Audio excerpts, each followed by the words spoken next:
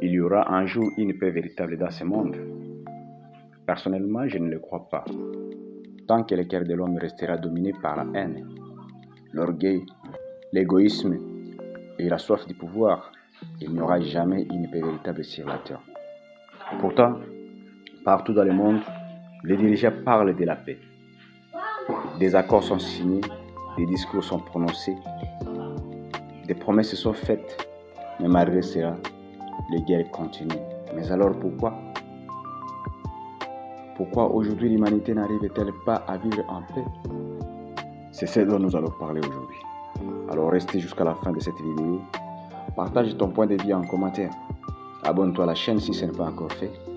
Aime la vidéo et partage-la avec autour de toi pour éveiller aussi la conscience des autres. Le monde dans lequel nous vivons recherche la paix, mais il produit aussi la guerre. Depuis des siècles, l'humanité parle de la paix. Pourtant, l'histoire du monde est remplie de guerres, de violences, de trahisons et de destruction. Après chaque guerre, les hommes promettent qu'il n'y aura plus jamais de guerre. Mais quelques années plus tard, une autre guerre éclate. Savez-vous pourquoi? Parce que les vrais problèmes ne viennent pas seulement des armes, mais du cœur de l'homme. La Bible déclare dans Jérémie chapitre 17, verset 9 que le cœur est tortué par-dessus tout et il est méchant. Donc vous allez comprendre que c'est le cœur de l'homme qui est méchant. L'homme veut la paix, mais il aime aussi le pouvoir, l'argent, la domination, l'orgueil et même la destruction. On parle de la paix, mais les nations continuent à fabriquer des armes pour tuer ses semblables. On parle d'unité, mais les hommes se divisent par la couleur de peau, par la religion, par la politique, par l'argent et même des intérêts personnels. Vous allez peut-être me poser la question de savoir pourquoi alors il y a des traités de paix qui sont signés et des discours qui prônent la paix presque partout dans le monde. Mais oui, certains accords de paix peuvent temporairement arrêter des conflits, mais il ne changera pas profondément le cœur humain.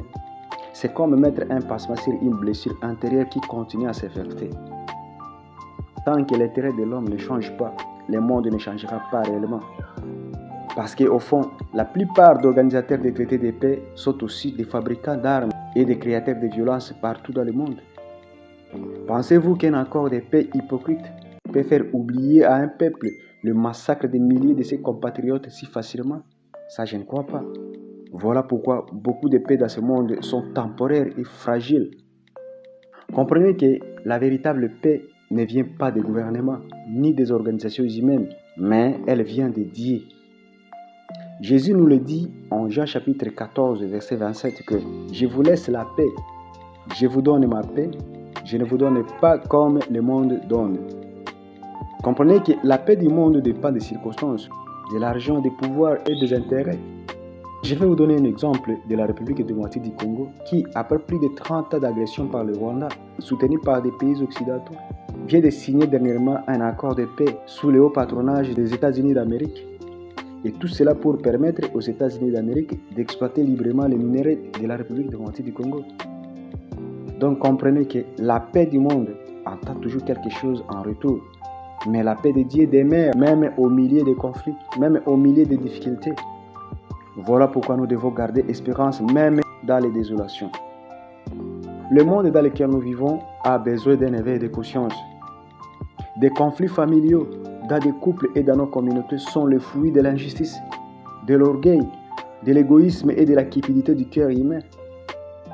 Donc nous devons élever notre conscience parce que la vraie paix commence dans les pensées intérieures, dans les paroles, dans les comportements et dans la vérité et la justice.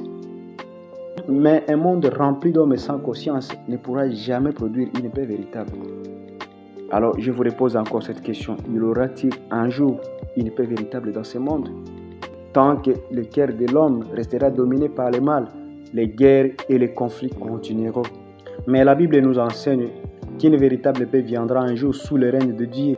Selon sa promesse en 2 Pierre chapitre 3 verset 13 qui nous dit « Mais nous attendons de nouveaux cieux et de nouvelles terres où la justice habitera. » Parce que là où il y a la justice, il régnera certainement une véritable paix.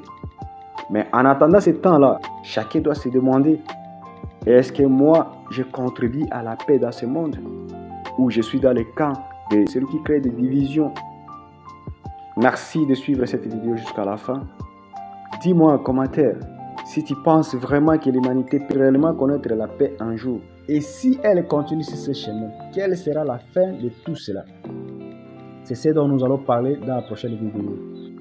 N'oubliez pas de t'abonner, d'aimer et de partager cette vidéo pour éveiller la conscience des autres.